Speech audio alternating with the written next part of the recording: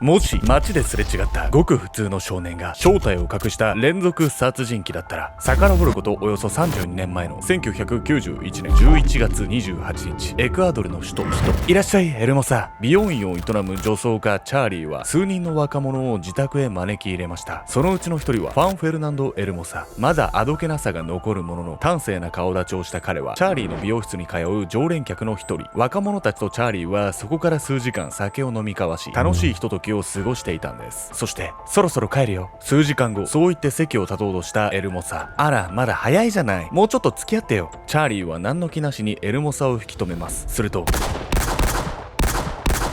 表情一つ変えず5発の銃弾を放ったエルモサ。目の前には血まみれのチャーリーが倒れていました。何の理由もなく友人を射殺してしまったこの少年は一体何者なのか。実はわずか15歳の彼は3ヶ月で22人を殺した連続殺人鬼だったんです。わずか3ヶ月で22人を殺害した15歳の連続殺人鬼。なぜエルモサは殺人の日々に身を落としたのか。カリスマ犯罪者として多くの仲間を率いていた彼に欠落していたものとは。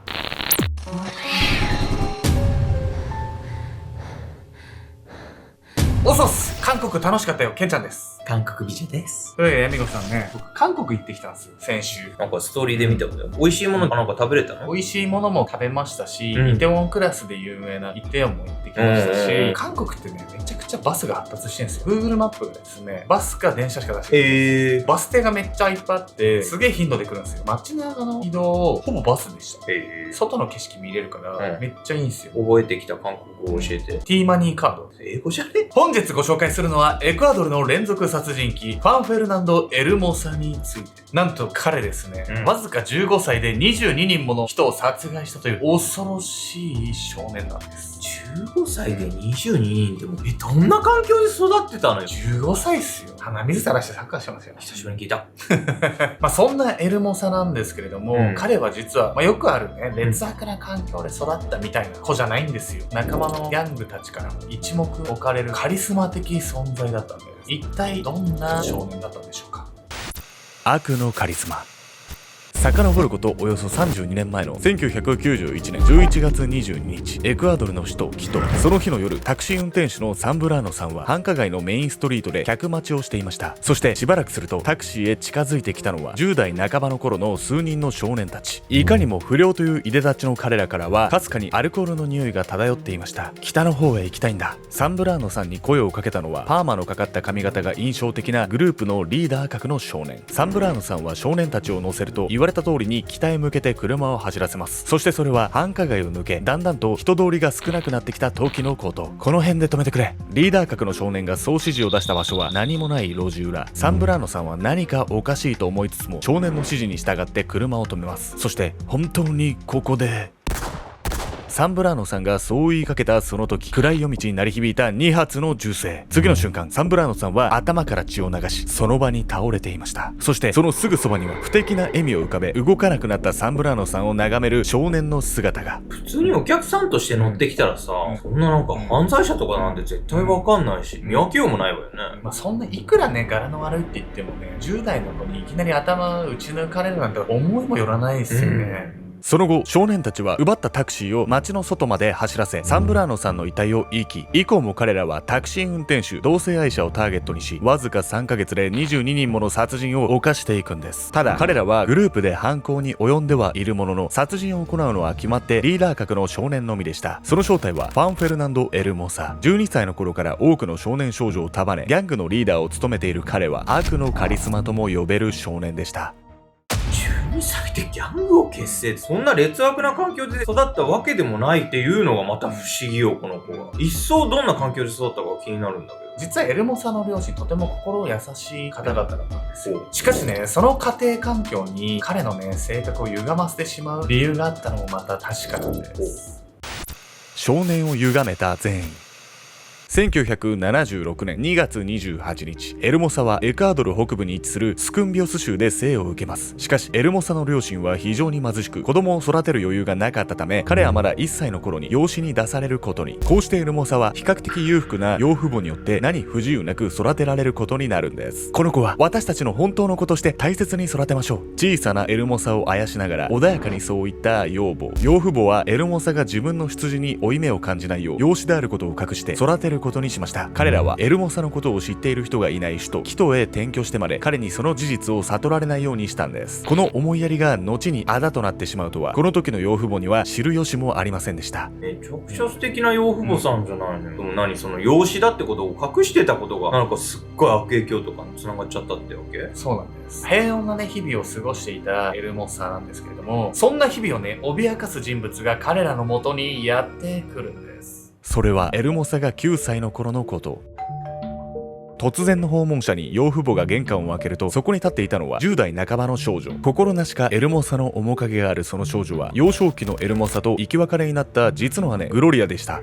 私もこの家で一緒に暮らすことはできませんか？姉グロリアはエルモサとはまた別の家庭に引き取られていたんですが、彼女はその家を追い出されてしまうんです。養父母はまだ14歳で身寄りをなくしたグロリアを不憫に思い、彼女を自宅へ迎え入れることに。しかし実の姉の存在は養父母がずっと隠してきたエルモサが養子であるという事実を彼に知らしめることに。俺はずっと父さんと母さんに騙されてたんだ。そう、この一件がエルモサの心に深い闇を植え付けることになるんです。いきなりね、実のお姉さんがいたみたいなことになったら、養子であることを説明せざるを得ないもんね、こういう状況になったら。そうなんですよ。ずっと隠されていた分ね、ショックも大きかったんだと思うんですよ。9歳という多感な時期にね、その事実を知らされたエルモサ、きっとね、いろんな感情が渦巻いていたと思うんです。実の姉が家にやってきてからというもの、エルモサの行動は明らかに異常なものへ変わっていきました。うわ、誰だこんなことをしたのは。ある日の朝、教室の扉を開くと同時に悲鳴を上げたエルモサの担任教師。彼の目の前の教壇には血まみれの猫の頭が置かれていました。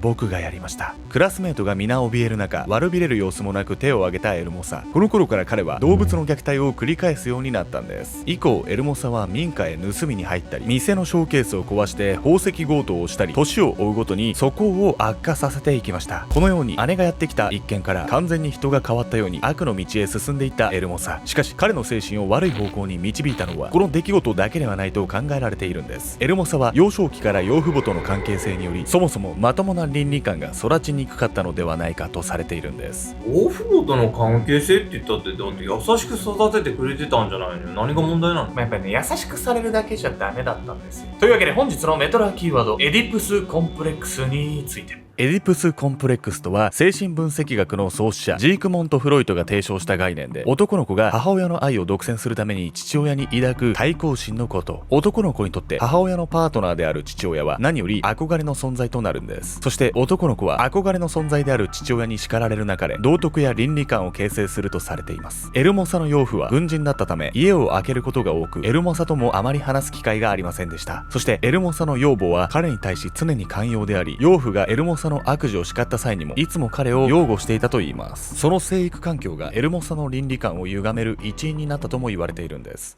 例えばエルモサが12歳の頃、彼は養父母から15万円の大金を盗み出したことがありました。そんな子供に育てた覚えはない、二度と帰ってくるな、そう言ってエルモサを叱りつけた養父。しかしお父さん、もういいじゃないですか、さあエルモサ、家に入りなさい。そう、いくら養父が厳格な態度を取ったとしても、養母はいつもエルモサの味方をします。そしてエルモサにとってあまり家にいない養父は気に留めることもない存在。そうした養父母との関係性がエルモサの素行の悪化に拍車をかけていたと言われているんです。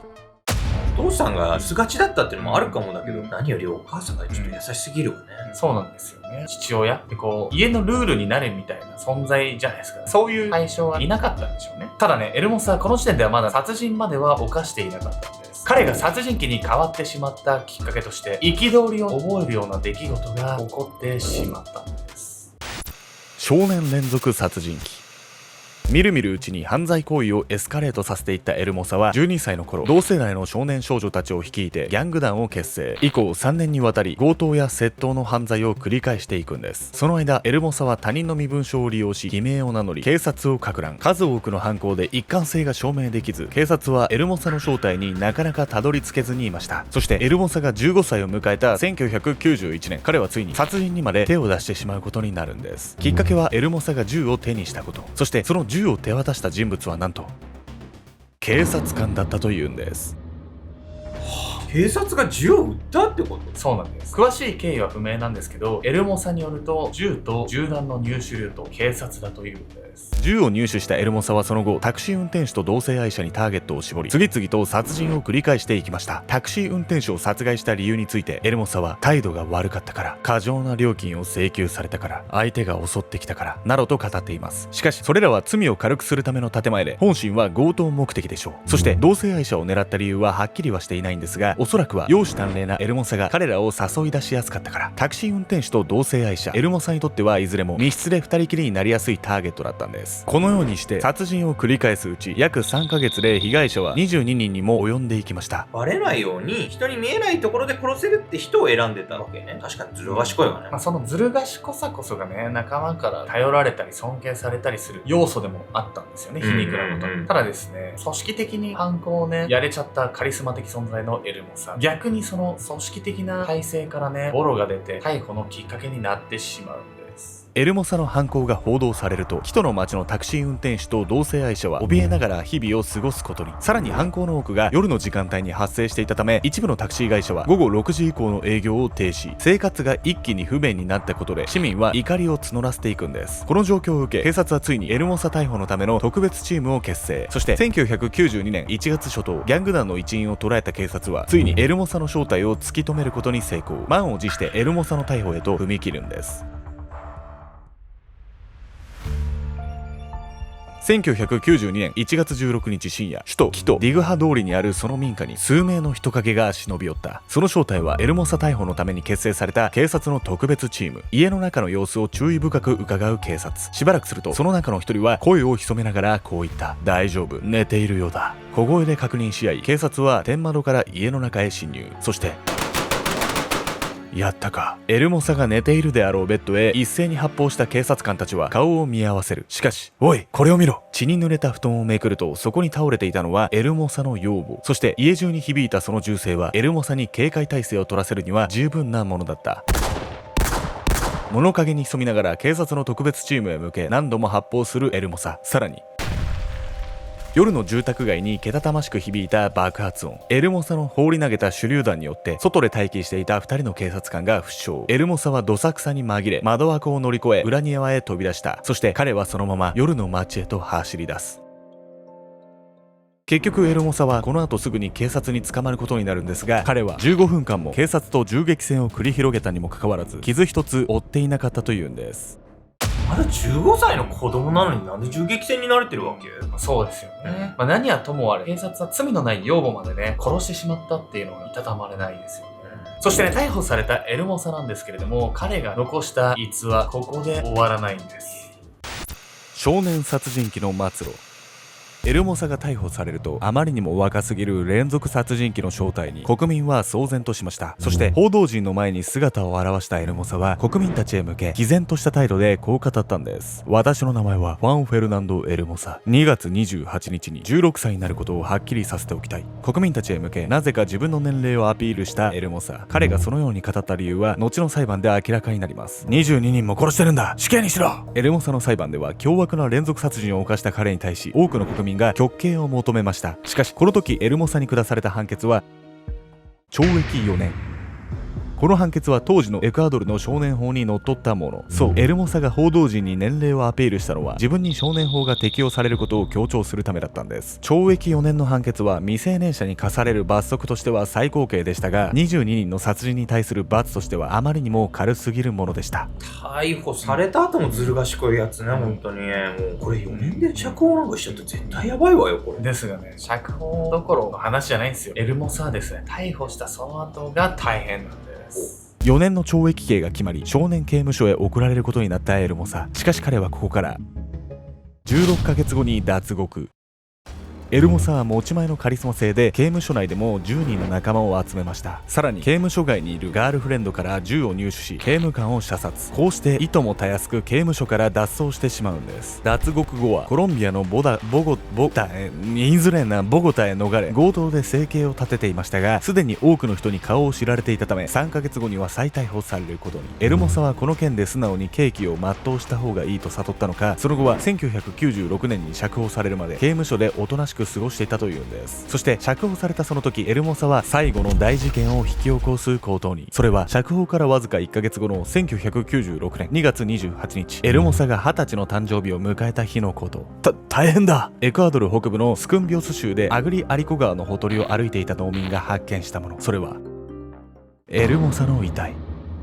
遺体は銃弾の跡や切り傷がいくつも残る見るも無残な状態。手足をワイヤーで拘束されていたことから拷問を受けていたことは明白で、その顔は判別もつかないほどに損傷していました。遺体の正体がエルモサであることは一緒に発見された身分証明書から判明。何十人も手にかけてきた彼が何者かの恨みを買うことは至極当然のことに思われました。しかし実のところ、誰がエルモサを殺害したのかは未だに分かっておらず、犯人は逮捕されずじまい。このことから次のような噂も囁かれているんです。エルモサはまだどこかで生きているんじゃないか。遺体をエルモサだと判別する要素は、遺体が所持していた身分証明書だけ。他人の身分証明書で何度も警察を欺いてきた彼のこと。ひょっとすると自分の死を偽装し、今も世界のどこかで息を潜めているのかもしれません。